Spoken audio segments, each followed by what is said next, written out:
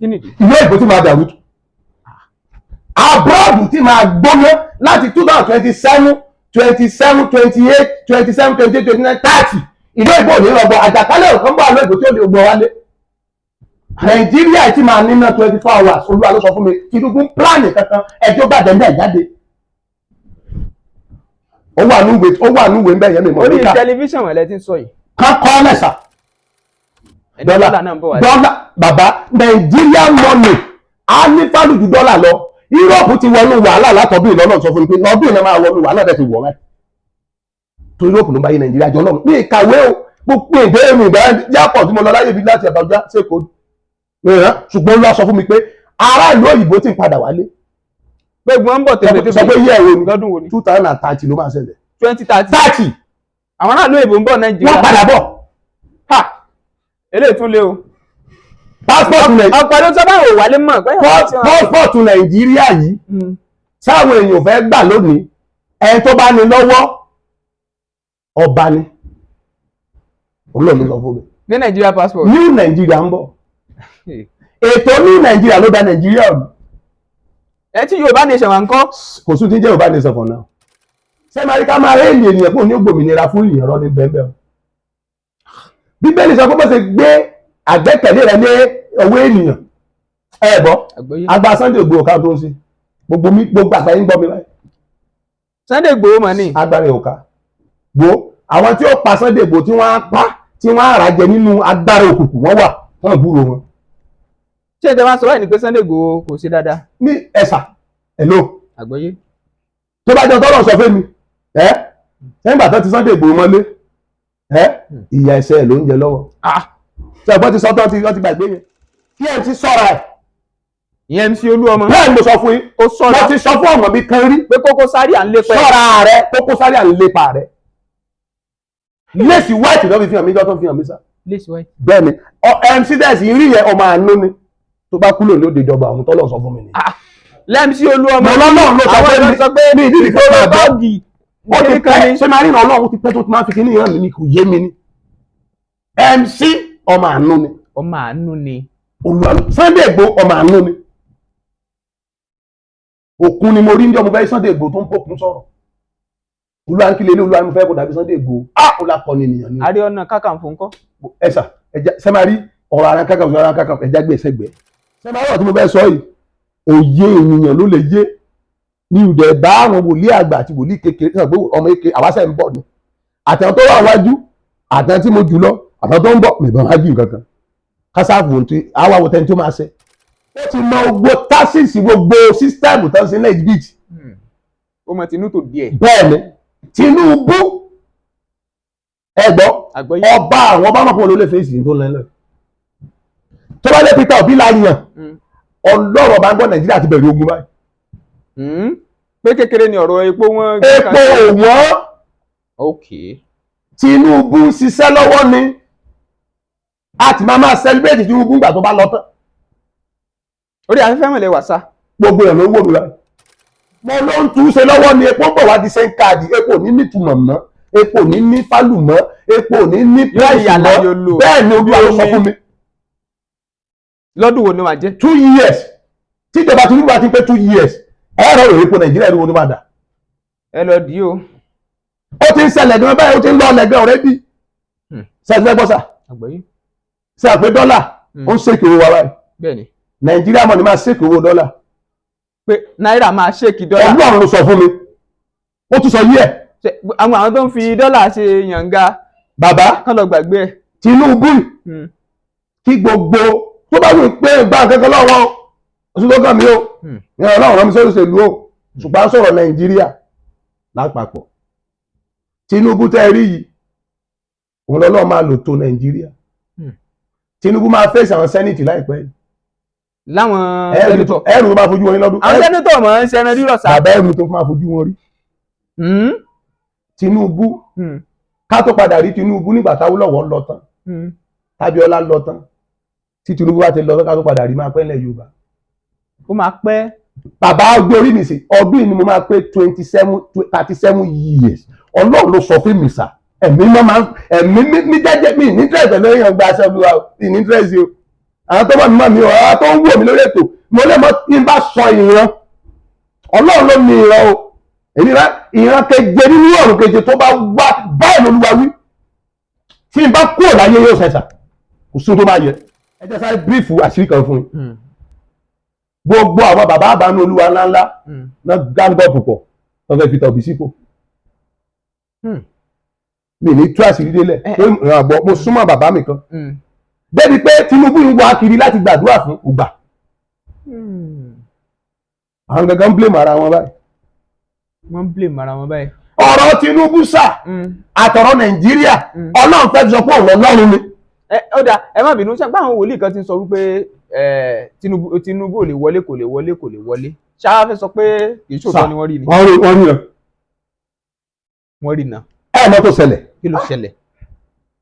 Bíbélì sọ wípé nígbà tí òpin ayé bá dé ibi tí ṣe 2023 tẹ̀rí tó mí ìwọ 2024 Ọlọ́run ti sọ fún mi láì 2014 pé 2023 àjẹtọ́dá ní gbàgbé lórílẹ̀-èdè Nàìjíríà nígbà tí òpin ayé bá dé sá ó ní àwọn àgbà yóò máa lálàá àwọn ọmọdé yóò sì máa gbọ́ àwọn ọmọdé yóò máa ṣe kíni yóò máa gbọ́ wọn Olúwa àwọn ọmọdé yóò máa rí wọn ìran ìjìnlẹ̀ tó lágbára ń sìn ọwọ́ ọmọdé ló wà mí ìkọ̀ndẹ́mù àwọn àgbàlagbà o tí wọ́n bá rẹ̀ tó lè sponsor lórí ẹtì TV Joshua dé ìgbà tó wọ́ ìjọba ọ̀run tán TV Joshua gba adé ó tún gba adé ológo adé ó gbà lérí báyìí ní Jerusalem. sẹ́yìn rí bẹ́ẹ̀. ó fi hàn mí ní ẹni máa Ọlọ́run tó dá ayẹ́tọ̀ gbé Ọlọ́run áńgẹ́lì máa mú lọ sọ́run sá. bàbá. ìyẹn ni pé kí gbogbo àwọn tó ń sọ̀rọ̀ kìnnì kan lórí TV Joshua kan dákẹ́ nù. ẹ̀sìsà TV Joshua fi ẹ̀mí òkùnkùn bẹ̀rẹ̀ ó fẹ̀mí Ọlọ́run parí ẹ̀ gbogbo ayé ló wò mí báyìí. eléyìí tún ṣọ́ọ̀kì. ẹ̀mí òkùnkùn ló fi bẹ̀rẹ̀ ó dẹ̀ fi ẹ̀mí Ọlọ́run parí ẹ̀ pẹ̀lú bẹ̀rù Ọlọ́run. gbáǹkọ́ gbì ọ̀rọ̀ rẹ o kì í ṣe bí ẹ̀ṣẹ̀ bẹ̀rẹ̀ ló máa ta o èmi tẹ́ ń wò ìgan jàgídíjàgan ni mi tẹ́lẹ̀ o. ẹ tún gbọ́ ìtìtún ẹ ń bá mọ̀ pé òun wà nílùú òyìnbó báyìí kán ètè máa ra lẹ́lẹ́ o kò ní í sílẹ̀ mọ́ tó bá yá oko kan máa wọ́n o àwọn dàbí àbúròdù o wọ́n máa ra lẹ̀ tó jẹ́ kí gbogbo investment wọn wà ní kó tètè máa wà ní every state wọn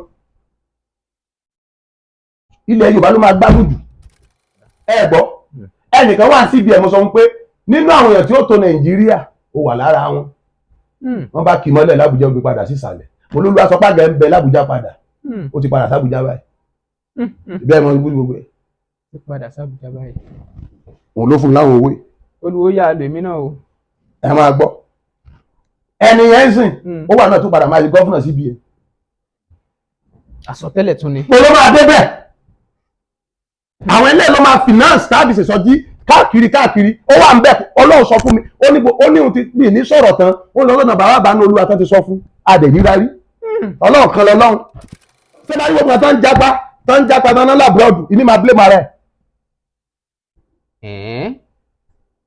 ẹ lọ́dún wo gan ọdún wo by now tó tún àtàtì wá gbogbo ẹ̀ máa ṣẹlẹ̀ gbogbo ẹ̀ máa ṣẹ. ìyẹn 2031. ẹ kò pẹ́ ìṣòro tá a ní nìyẹn Nàìjíríà gọ́vùnà sọ́sẹ̀ tí ó wọlé wọn ti sọ fún mi ṣé tó wá bẹ̀rẹ̀ tí lọ́dún méjì. táwa ni. ẹni tó bá ṣe gọ́vùnà sọ́sẹ̀ sí báyìí àti Ifẹ̀ ló ti máa jáde. Ifẹ̀. bẹ́ẹ̀ ni Omiṣore bẹ́ẹ̀ mo sọ fún yín kó máa gbọ́ ló máa ṣe gọ́vùnà. pé Omiṣore máa padà. bọ́lá ló máa ṣe gọ́vùnà lẹ́yìn Adeleke tó ń jó káì kò lè di gọ́vùnà mọ́ mo ti sọ ọ́ lẹ̀ báyìí Ọlọ́run ló nínú ìjọba ẹ̀mí. kò lè di gómìnà lẹ́yìn ilé tó ti ń jẹ́. Olúṣọ̀rẹ́ máa gbọ́ 2020 náà mẹ́ta péré or 20 náà méje or 2021 kó sábà ìpínlẹ̀ fún bára kò sí tó lè yẹ ní ayé àti ọ̀run. Omiṣore. olùmọ̀ọ́dẹ gọ́vùnà látà òyìn lọ látà ilé tó ń jó kiri ilé tó ń jó kiri Adeleke ń tọ́lọ̀ ọ̀rọ̀ wá ṣe kò ṣe ó ti físàn Ọlọ́run ti sọ dànù ṣe àpọ́n sọ̀rọ̀ K1 lẹ́nujọ́ mẹ́ta yìí. K1 Wàsíù Àyìndé. ìjẹ́ mọ̀ wípé K1 ò lẹ́bi ó tún lẹ́bi kí mo sọ pé kò lẹ́bi ó tún wá lẹ́bi bí báwo ẹ ṣe káwò. kí lorúkọ àyàn kí ní pé Àyànkúnlé ò lẹ́bi náà tún lẹ́bi ntọ́lọ̀ bá fi ẹ̀mí lémi ó sọ o ntọ́lọ̀ fi ẹ̀mí mo fẹ́ sọ̀rọ̀ lé lórí o gbogbo ọmọ Nàìjíríà tó ń gbọ́ mi mo kéré ṣùgbọ́n ẹ̀mí máa ń ló jẹ́ bí bàbá bí 15 years ago lọ́nà ti fi kéré wá hàn mí 15 years ago. K1 gangan ní èso tó dá gbogbo òjíṣẹ́ Wàsíù Àyìndé ó tú wàrà ẹ̀ ṣe. Ó tún wà rẹ̀ ṣe. Kò lẹ́yìn ìṣèjọba yẹn lọ. KMC náà dẹ̀ sọ́ra Kókó Zaria tọrọ màánú lẹ́mc o kò sọ́ra rẹ̀ Òbésèré ní ìmọ̀rí tó bá jẹ́ kó ní késẹ́ẹ̀tì tó fẹ́ ṣe tó fẹ́ rìlíìsì ó gbàdúrà kọ́tà ìmọ̀ bá lọ lójijì ní ìṣọ́jọba yẹn lọ. Ẹ̀ẹ̀mejì náà fi ràn yẹn mi àlá mi ó burú ju ìran mi lọ. Ọlọ́ọ̀bá gbọ́ tí n bá lálàá ó le ju kí n máa yíyan báyìí físíkà lọ. Ojú àlá lọ́nà tí máa ń bá mi bá sọ̀rọ̀ jù. Kó jọ solution wá rèé ó ní solution o. Solution ni pé kó gbààwẹ̀ ọjọ́ mẹ́ta kó dẹ̀ lọ sí sàrà. ATJ Textiles ló túbọ̀ ń jẹ́ kí ojú wa tàn sí aṣọ àdìrẹ ilẹ̀ wa. First National Àdìrẹ Festival tó wáyé kọjá ló túbọ̀ sọ ní jí láti máa túbọ̀ gbárùkù ti aṣọ àdìrẹ wa àti láti mọ ojúlówó yàtọ̀ sí ayédèrú. Ní báyìí gbogbo ẹ̀yin ará ilẹ̀ yìí àtòkè òkun tí ẹ ti ń pè fún ríra aṣọ àdìrẹ yín ATJ Textiles Àṣàní àti Àdùkẹ́ Foundation ṣetán láti máa kó ojúlówó ránṣẹ́ lówó tí kò wọ́n jù. Ẹ̀yin náà ẹ wo bàtà báàgì agbádá súùtì dúfè beddings wedding gown bangles cotton táì ọrùn àtàwọn ohun àrà míì tí wọ́n fi aṣọ àdìrẹ ṣe. Ẹ tètè ra tiyín lónìí. Bí ẹ bá sì tún fẹ́ ní rírán kí wọ́n tó kó ránṣẹ́ síbikíbi lágbàáyé ó rọrùn jù. ATJ Textiles wà ní nọ́mbà 8 Olúfẹ́mi Èsúrú Oṣó Street Ṣódùbí Oníkólóbó Abẹ́òkúta Ogun State Nigeria. Ẹ̀wẹ̀ ètò ìdánilẹ́kọ̀ọ́ fún individual corporate àti group wà. Youth and Women Empowerment náà kò gbẹ́yìn ní Àṣàní àti Àdùkẹ́ Foundation. Ẹ pè sórí 0803 472 0409 tàbí 0703 897 7028 lórí Instagram àti Facebook ẹ tẹ ATJ Textiles aṣọ àdìrẹ ilẹ̀ wa tiwantiwa ni. Orílẹ̀-èdè tó bá mì lórí lọ́rùn àwọn ohun kan ti yẹ̀ ni ṣùgbọ́n kí orílẹ̀-èdè tó lè dúró déédéé ó ní àwọn ohun tó gbọ́dọ̀ wá sí ìmúpadàbọ̀sípò. Èyí ni mo fi ń kí yín níbi tí ẹ ti ń wò wá jákèjádò àgbáyé pé ẹ káàárọ̀ ẹ káàsán ẹ káalẹ́ ní ìbámu pẹ̀lú ohun tí àsìkò tí yín bá sọ lórílẹ̀-èdè tẹ́ bá wà. Olúwatóbilọ́ba Fásùgbà ló kọ mi. Bẹ́mbẹ́yẹ́kẹ́ lẹ̀ ń pè mí lónìí ẹ tún wò ó lóní Bẹ́mbẹ́yẹ́kẹ́. Àánú ni mo rí gbà. Mo kì í sà. Ẹ káàbọ̀ sà. Ẹ ṣeun. Ẹ gbìn sà. Yes sà. Àgọ́ ọjọ́ sí. Ẹ ṣeun. Ọpẹ́ sà. Ẹ ṣeun. Ẹ sà. Ẹ kí àwọn tó ń wò yín jákèjádò àgbáyé kẹ̀sì dárúkọ yín. Mo kí ọkùnrin mo dẹ̀ kí obìnrin. Mo kí ọmọdé mo dẹ̀ kí àgbà. Mi ọmọ yín náà ni Prophet Evangelist Odubanjo Adeniyi. Tọ́ ẹ ṣeun. Ẹ ṣé sà. Gẹ́gẹ́ bí ìránṣẹ́ Ọlọ́run Bẹ́ẹ̀ sà. tí ẹ sì ti máa ń ṣàlàyé sọ ohun tí Ọlọ́run bá fi hàn yín fáwọn èèyàn lú. Ẹlẹ́ni nǹkan kan sọ lórí ọ̀rọ̀ Nàìjíríà. Kí ni nǹkan náà? Orúkọ Jésù. Àmín. Orúkọ ẹ̀jẹ̀ Jésù. Àmín. Ẹ̀mí máa gbé ọ̀gá yín ológo lẹ́ẹ̀kan sí. Olúwa gba ọpẹ́ wa. Àmín. Olúwa gba ẹ̀yìn wa. Àmín. Ọ̀rọ̀ tá a fẹ́ sọ náà Olúwa jẹ́ ó yé aráyé. Àmín. Ẹ̀mí mímọ́ jẹ́ ó yé aráyé. Àmín. Onípìlẹ̀rẹ̀ ènìyàn tó jèrè gbogbo tó sọjọba Olúwa má jẹ́ á sọjọba ọ̀run. Àmín. Olúwa jẹ́rìí agbára rẹ̀. Àmín. A ó sì máa yìn ọ́. Àmín. A sì máa gbé ọ̀gá. Àmín. Jésù Olúwa wa. Àmín. Àmín. Àmín ní orúkọ Jésù. Ẹ má bínú. Ẹ ṣeun. Gẹ́gẹ́ bí ọ̀rọ̀ tẹ́ béèrè. Gbogbo tí wọ́n ń rí Nàìjíríà kò rújú. Kí wọ́n wí? Kò rújú. Bíbélì sọ pé láti kọ́ṣe ni ọ̀rọ̀ wà. Ọ̀rọ̀ sì ń bẹ pẹ̀lú Ọlọ́run. Ọlọ́run sì ní ọ̀rọ̀ náà nípa ọ̀la fisiki àbí dáhùn gbogbo. Ṣé máa rí number 1 kí n tó lọ sọ̀rọ̀ Nàìjíríà yẹn ẹni iṣẹ́ tí Ọlọ́run bá ti rán yàn kí èèyàn má ṣe. Kéèyàn má ṣe. Kò dáa. Mo ti rí yín lójú ohun lẹ́ẹ̀mẹ́ta. Èmi náà. Ṣùgbọ́n fájú Yorùbá gidi. Okay. So ẹ jọra yín létà sẹ́wọ́n ìgbà tá a ṣẹ̀ wá connect ẹsẹ̀ wá pé tá a mo ṣẹ̀ wá pé Olúwa sẹ́wọ̀n òun ni. Lérè ọ̀rọ̀ Nàìjíríà mo ti pè Yorùbá gidi rí nígbà tí mo wà lórókè pè mí. Lórókè bàbá mi ní Olúwa Adébáyọ̀. Mo wá wà nínú hòtẹ́ẹ̀lì kan lọ́wọ́ mo wá pè wọ́n ti fẹ́ dìbò Nàìjíríà ni.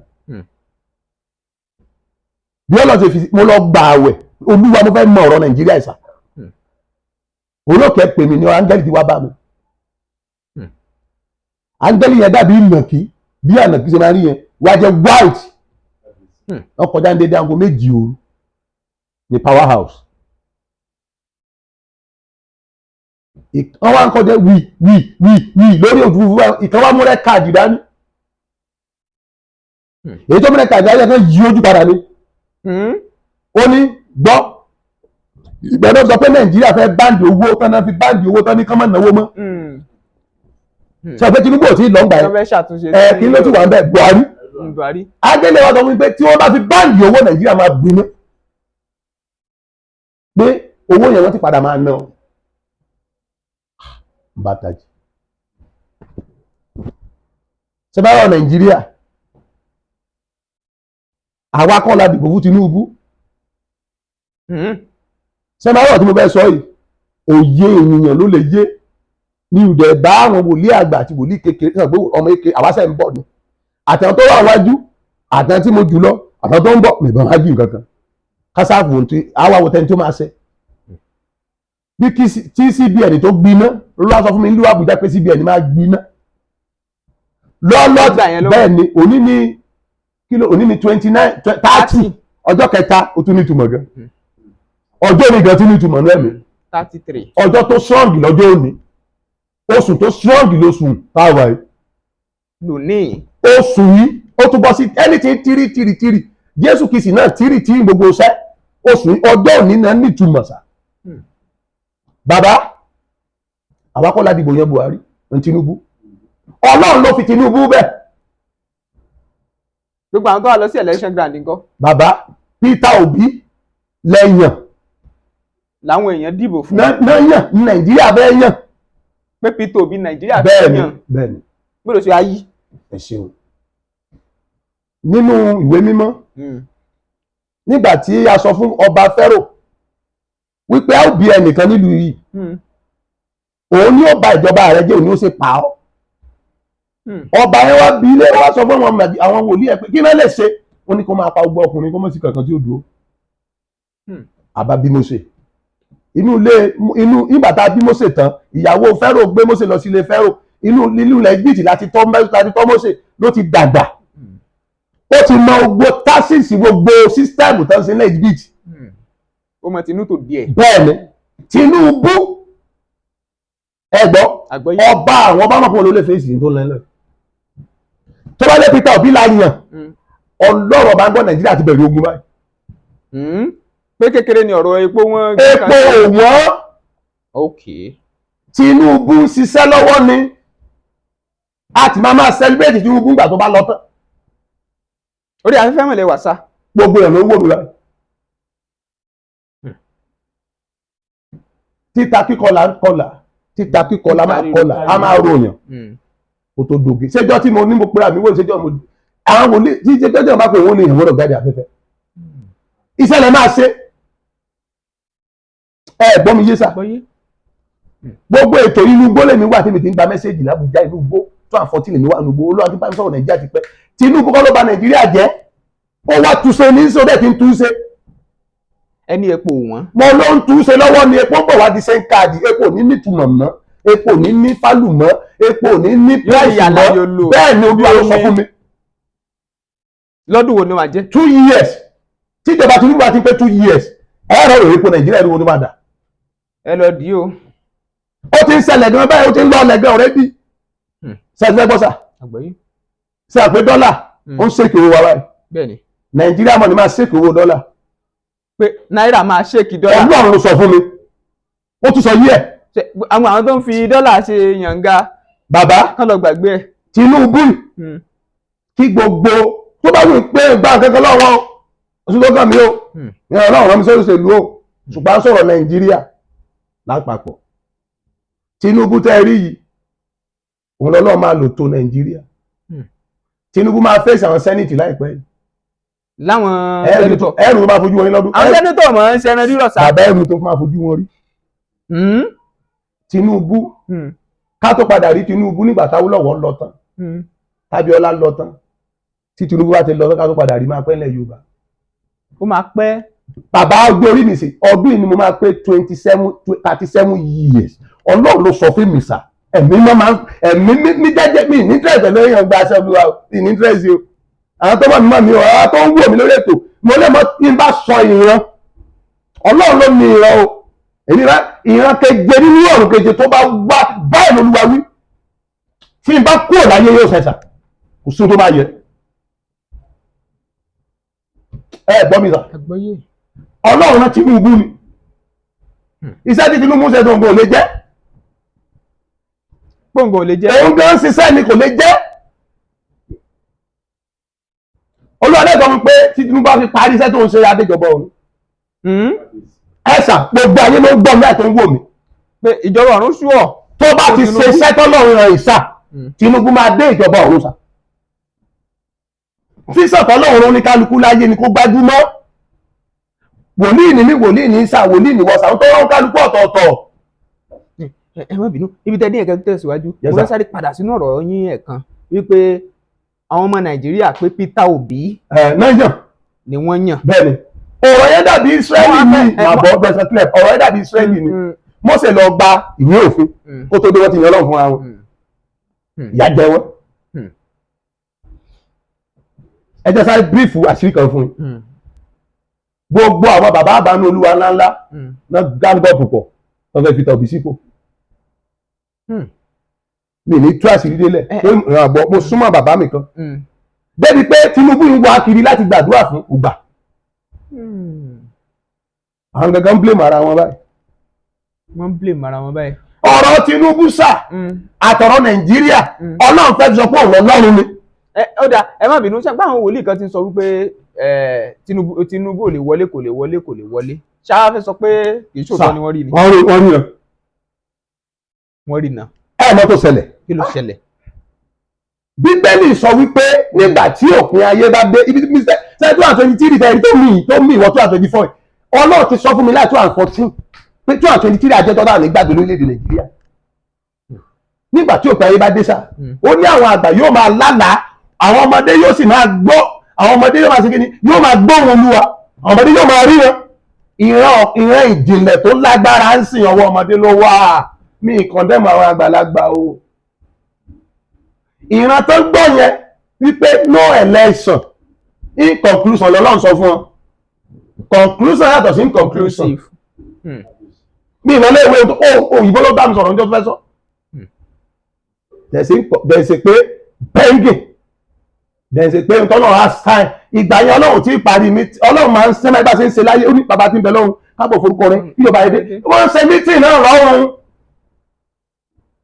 Áńgẹ́lì kan wà ní ọ̀run áńgẹ́lì yẹn ṣẹ́gẹ́tọ̀ mi ó máa ń tètè gbọ́ síkírìtì ọba àwọn ọba àtàwọn ìgbìmọ̀ kò sí ìrẹsìkò ìrẹsì Ọlọ́run máa ń bá sọ̀rọ̀ ẹ̀ mọ̀dí tó o bá ti já ìwọ̀ rẹ níwájú Olúwa ò ní áńgẹ́lì yẹn lò mọ́ lọ títí. Ọ̀rọ̀ ọjọ́ mi ni sà tọ́lọ̀ bá pè tó pè ní á fún wa ní ìwọ̀ kan tá a gbọ́dọ̀ dé tó o bá ti débẹ̀ á lọ ń dáríjì ọ ṣùgbọ́n á wíjú áńgẹ́lì yẹn. Sà ẹni tó lu áńgẹ́lì yẹn ní orílẹ̀-èdè yìí tó lo last òun TB Joshua. TB Joshua. Bí TB Joshua tó ń pa ẹ̀tọ́ ṣe TB Joshua déjọba òun Jerusalem ó débẹ̀. Ní ti TB Joshua kan. Máa sọ yẹn dábàá ìṣe tán sí. Ẹ sà Ọlọ́run tó dá yá tí wọ́n bá rẹ̀ tó lè sọ̀rọ̀ sọ̀rọ̀ lórí ẹ̀ TB Joshua dé ìgbà tó wọ́ ìjọba ọ̀run tán TB Joshua gba adé ó tún gba adé ológo adé ó gbà lérí báyìí ní Jerusalem. Ṣẹ́yìn rí bẹ́ẹ̀. Ó fi hàn mí ní mímọ́ Ọlọ́run tó dá yàtọ̀ gbé Ọlọ́run áńgẹ́lì máa mú lọ sọ́run sà. Bàbá. Ìyẹn ni pé kí gbogbo àwọn tó ń sọ̀rọ̀ kìnní kan lórí TB Joshua kan dákẹ́ nù. Ẹ̀sìsà TB Joshua fi ẹ̀mí òkùnkùn bẹ̀rẹ̀ ó fẹ̀mí Ọlọ́run parí ẹ̀ gbogbo ayé ló wò mí báyìí. Eléyìí tún ṣọ́ọ̀kì. Ẹ̀mí òkùnkùn ló fi bẹ̀rẹ̀ ó dẹ̀ fi ẹ̀mí Ọlọ́run parí ẹ̀ pẹ̀lú bẹ̀rù Ọlọ́run. Gbáǹkọ́gbì ọ̀rọ̀ rẹ o. Ó ló dáa fún ènìyàn tó bẹ̀rẹ̀ dáadáa kó parí ẹ̀ dáadáa. TB Joshua sà nínú àwọn áńgẹ́lì ọ̀run níbi tá a ti pe Mósè Olúmọládé ló padà wá.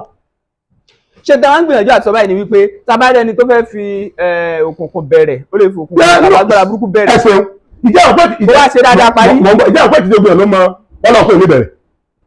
Oore ọ̀fẹ́ lẹni tó bá mọ̀ láti YouTube Ọlọ́run pé oore ọ̀fẹ́ ni.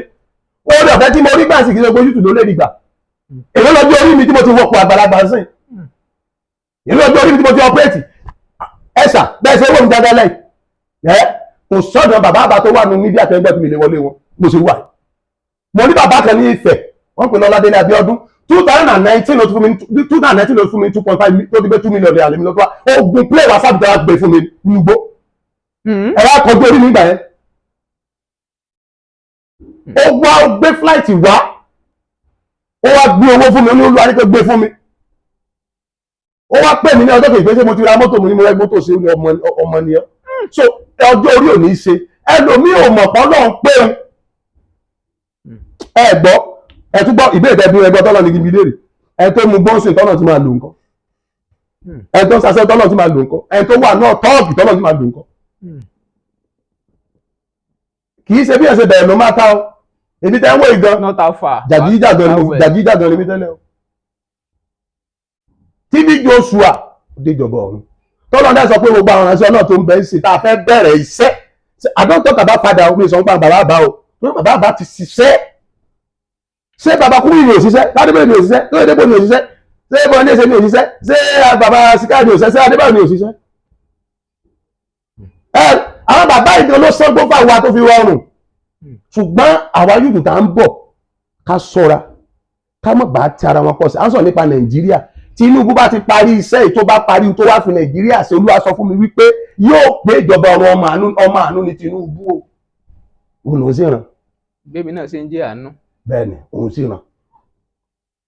ẹ gbọ́ mi sà ẹ̀jẹ̀ wà lọ́wọ́ ẹnìkan kò sí pé Nàìjíríà tọwọ́ ẹ mọ́ àánú ni kábàbẹ́ náà fún ọ. àánú. epo Nàìjíríà ń bọ̀ wálẹ̀. dọ́là náà ń bọ̀ wálẹ̀. dọ́là bàbá Nàìjíríà money á ní fálù ju dọ́là lọ. Europe ti wọnú wàhálà látọ̀dún ìlọ́nà sọ fún mi pé ọdún ìlànà máa wọnú wàhálà tẹ̀ ti wọ̀ rẹ̀ tó Europe ló ń bá yé Nàìjíríà jọ náà ní ìkàwé o gbogbo èdè èmi ìgbà jápọ̀ tí mo lọ láyé bí láti Àbújá sẹ́kọ̀ọ́ mìíràn ṣùgbọ́n ló sọ fún mi pé ará ìlú òyìnbó ti ń padà wálé. gbogbo wọn ń bọ̀ tẹ́lẹ̀ sọ pé yẹ́ ẹ̀rọ lọ́dún wo ni 2030 ló máa ṣẹlẹ̀. 2030 àwọn aráàlú òyìnbó ń bọ̀ Nàìjíríà. wọ́n padà bọ̀. ha eléyìí tún lé o. passport Nàìjíríà ọ̀pọ̀lọpọ̀ sábà wò wálé mọ̀. passport Nàìjíríà yìí sáwọn èèyàn fẹ́ gbà lónìí ẹni tó bá ní lọ́wọ́ ọba ni olóòlù lọ fún mi. ní Nàìjíríà passport. New Nàìjíríà ń bọ̀ ètò New Nàìjíríà ló dá Nàìjíríà rú. ẹ tí Yorùbá nation wà ń kọ́. kò sún tí ń jẹ́ Yorùbá nation for now.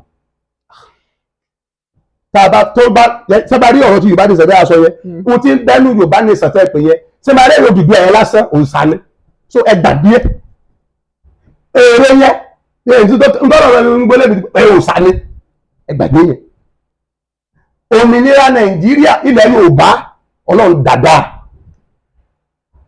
ẹ bọ́ mi yé ilẹ̀ Yorùbá nínú gbogbo ẹ̀yà tá a dàpọ̀ Nàìjíríà ilẹ̀ Yorùbá lọ́lọ́run fẹ́ jù torí àwa ló sìn Ọlọ́run jù àwa ló képe Ọlọ́run jù àwa ló níbẹ̀rù jù àwa ló tètè dẹ̀sẹ̀ jù Ísírẹ́lì ní ilẹ̀ Yorùbá ẹ gbọ́ mi yé orísun ilẹ̀ Yorùbá gan ní Christianity ilẹ̀ Iléṣà ni. alábàjọ tó fi máa sọ pé Iléṣà ni Jésù kọ́lé epo rẹ̀ sí. Iléṣà ló tún lẹ́sùn jù ẹ gbọ́ àdìtú bẹ nínú ọ̀rọ̀ Ọlọ́run bá a ṣe ń rò kọ́lẹ́ lọ́wọ́ ṣe ń wò. àbí torí pé ẹjọ́ ọmọ Iléṣà lè ṣe sọ ogun tẹ̀ ń sọ yìí. ṣé ẹ̀dá ìpọ̀ ọmọ Iléṣà tí mo jẹ́ ọ̀wọ́ bẹ́ẹ̀ bá wọn wá Iléṣà mi lè wá Iléṣà kí mo fẹ́ ṣe mi lè wá tọ́lọ̀ bá ara yẹn wá Iléṣà ṣe ìránṣẹ́ Ọlọ́run tó bá wá wá pa wọ́n tó bá ràn kò tún tó máa ṣẹlẹ̀ amúyẹ àlá tí mo ti láàmúyẹ tí mo kù ṣe sọ lórí ètò nípa ọ̀rọ̀ Nàìjíríà sà ẹ wá pé ẹ bẹ̀rẹ̀ ọ̀rọ̀ Odùduwà àbí àìmúyẹ fídíò kan tí mo ṣe sẹ́márìká máa rẹ́ ènìyàn fún ní ògbòmìnira fún ìyẹn rọ́ ní bẹ́ẹ̀ Bíbélì sọ pé bó ṣe gbé àgbẹ́kẹ̀lé rẹ ní ọwọ́ ènìyàn ẹ bọ́ àgbà Sunday Igboho ká tó ń ṣe gbogbo àgbáyé ń gbọ́ mi báyìí. Sunday Igboho mà ní. agbára òkà gbó àwọn tí ó pa Sunday Igboho tí wọ́n á pa tí wọ́n á rà jẹ nínú agbára òkùnkùn wọ́n wà wọ́n gbúrò wọn. ṣé ìjọba sọ báyìí ni pé Sunday Igboho kò ṣe dáadáa. ní ẹ̀sà ẹ̀lò àgbọ́yé. tó bá jẹ́ tọ́lọ̀ sọ fún mi nígbà tó ti Sunday Igboho mọ́lé ìyá ẹsẹ̀ ẹ̀ ló ń jẹ lọ́wọ́ tí ọ̀pọ̀ ti sọ tán ti gbàgbé yẹn kó dẹ̀ ti pẹ́ lọ́wọ́ ìyá ẹ̀ tó ṣe kí ni tó gba kú èkú abiyamọ nìyá Sunday Igboho ọmọ àánú dẹ̀ Sunday Igboho ìyẹn kọjá lọ evangelist Sunday Igboho gbogbo àwọn máa ń fi hàn mí ṣùgbọ́n sọmọ ẹni kan tó báyé Nàìjíríà jẹ́ àìgbọ́rọ̀bọ̀rọ̀ Sunday Igboho evangelist ni tó yẹ kó ṣèṣọ jí. eléyìí tó ń ṣe nǹkan. ìsọjí kan Ọlọ́run eléyìí tó ṣe ó ti parí nísàn ẹ gbọ́ alákan náà ti gbé Odùduwà ti ṣe ìjẹ́ mo lè béèrè lọ́wọ́ yìí sẹ́yìn lè jẹ́ president gẹ́gẹ́ pé Nàìjíríà ẹ dáhùn béèrè ẹni tó ń gbọ́ mi nílé tó bá dé dàrẹ́tọ̀ ibì kan sọ lè sọ pé kán pín ìjọba dàrẹ́tọ̀ ilé olórí tí Tinubu tó bá ṣe mistake tá a gbàdúrà fún tó kú orílẹ̀-èdè àmọ̀pọ̀wọ̀ wàhálà ọkùnrin ni ìjẹ́ ẹ̀mọ́ tọ́lọ̀ fi láì Tinubu ṣé kí n sọ gbólóhùn kan lọ́sọ fún mi níjẹta àdánà ẹ̀wọ̀n ló sọ Tinubu ládéhùn ẹ̀sà olórí téèyàn ń tẹ̀lé tí Tinubu ẹ̀ bá jẹ́rẹ̀ sí Ọlọ́run sà ènìyàn tó yẹ kí gbogbo ẹ̀ tẹ̀lé ni. ẹgbẹ́ òṣèlú wo lẹ́ ń ṣe. sá ní ìṣẹ̀ṣẹ̀ òṣèlú ìrẹsì Ọlọ́run lè ní ṣe sókè ní kíbìtì ní APC òṣù tó kà mí ìṣọ̀ Ọlọ́run òṣèlú. Tinubu ènìyàn tí ènìyàn ń tẹ̀lé ni tó bá jẹ́rẹ̀ sí Ọlọ́run ni mo wà máa tẹ̀lé lẹ́yìn ó ládéhùn. ẹbí ń dìbò ẹ tọ́ka sáwọn kan. nígbà tí Tinubu ò ti di gọ́fúnà gbogbo àwọn tó ń kó kálẹ̀kọ́ ó ṣe ń gòkè ló fọ́n sókè tó bá ti pé bẹ́ẹ̀ làwọn ìránṣẹ́ Ọlọ́run àgbà ṣe ń ṣe fáwa yúùtù bó ṣe ń gòkè máa ṣùgbọ́n wọ́n fáwa wọn fà wá kán máa gbọ́ o 2027 ìránṣẹ́ Ọlọ́run àgbà tí ò bá yí padà ẹrù táwọn ọmọ kí n máa fojú wọn rí Ọlọ́run ló sọ fún mi sà wèrè máa ṣèṣọ jí tó ń bọ̀ yìí wèrè máa tún Nàìjíríà sílé tó ń bọ̀ yìí tẹ́tọ́ wá ní tí mo fi mọ̀ pé Tinubu Ọlọ́run rán ìjẹ́ ìmọ̀ solution Nàìjíríà sà thank you ká ní president àgbà ká ní president ọmọ yìí kéré lójú tu Nàìjíríà. Ọlọ́run ló fi gbogbo tí Nàìjíríà ṣe gírígírí kò ní ẹrù gọ́vùnà àgbà gọ́vùnà kékeré every state everywhere kàn máa ní youth and president kàn máa ní youth president sẹ́ǹsì pẹ̀tù lẹ́nìkan lẹ́gbẹ̀ẹ́ ọ̀tán Ọlọ́run fẹ́ nìyẹn. ẹ̀ ṣé kò wà tún ní jẹ́ avenue láti mọ kó. irọ́ agbọ́dọ̀ ní sọmarí ẹni sẹ́sọ̀ tí o bá ti ní youth mo tó dààmú Nàìjíríà mo sọ fún yín o tí o ti ní youth gbọ́dọ̀ máa wà kágbà wà kí youth wà ní ministry kó wà níjọba kó wà níṣẹ́ ìjọba everything tó wà. ajẹ́pẹ́ òwe Yorùbá ti parí ẹ̀ tó sọ wípé ọmọdé gbọ́n àgbà gbọ́n la fi dálé ẹ̀. ohun tó máa tó Nàìjíríà nìyẹn ọ̀rọ̀ Tinubu dẹ̀ ti ń lọ síbẹ̀ báyìí. ṣé máa rò epo tó wọ́n epo ń bọ̀ wálẹ̀ tí yóò bá tètè ṣe báyẹn àwọn jẹgújẹjẹrá wọ́n ti borí lédè jẹ́ kò pé Tinubu òun náà ló máa gbé wálẹ̀ ẹ̀jẹ̀ ó parí iṣẹ́ àwọn tó ń báyé Nàìjíríà jẹ́ gẹ́gẹ́gẹ́gẹ́ ó ti wọ́n ti rìn jáde bíi Dangote àwọn ẹ̀ báyé Nàìjíríà jẹ́ bọ́lá sọ fún pé nínú ìjọba ẹ̀mí Dangote ó sì ní ìjọba kankan mọ́ ó ti yọ́kò lórí àga tó wà. pé Dangote ó ti lọ. kò ẹ̀ sì sì mọ́ nǹkan méjì lọ́wọ́ àbí Dangote kí ni nǹkan náà ikú òjijì ọkọ̀ ní stroke olú akílódé ọlẹ́lẹ́jà kan kò ní lọ láì mọ́ jìyà ó lè pẹ́ ó lè yá kò kàn mí tó rọrọ̀ náà ó lè pẹ́ ó lè yá àwọn tó dáyé Nàìjíríà rú gangan nìyẹn irú Ọbásanjọ́ sí bàbá Ọbásanjọ́ sí Dáfídì tẹ bá ti ka ọ̀rọ̀ Dáfídì tẹ bá ìdájọ́ tá a dá fún Dáfídì lọ̀rọ̀ Ọbásanjọ́ kí wàá dé ní dáyé ara lẹ́nu ẹ gbọ́rọ̀ mi yé Solomoni ní Tinubu and father of nation Abraham so wa bóòlù ẹfẹ ṣe tẹ bá lọ ka nígbà Dáfídì promise Solomoni pa ó fi jọba nígbà tó fún yá ẹ lóyún pé ọ̀dà àfọmọ rẹ jọba wọ́n ti jọba wọ́n ti gbé ọba náà fún ẹlòmíì ìyá Solomoni wá pa ẹrú Dáfídì ṣùgbọ́n pa àṣẹ tí ń bẹ lọ́wọ́ Dáfídì tó ṣe ìfàgbé fún Solomoni lẹ́yìn ọ̀tán tó fi wé nìwọ̀n nìyẹn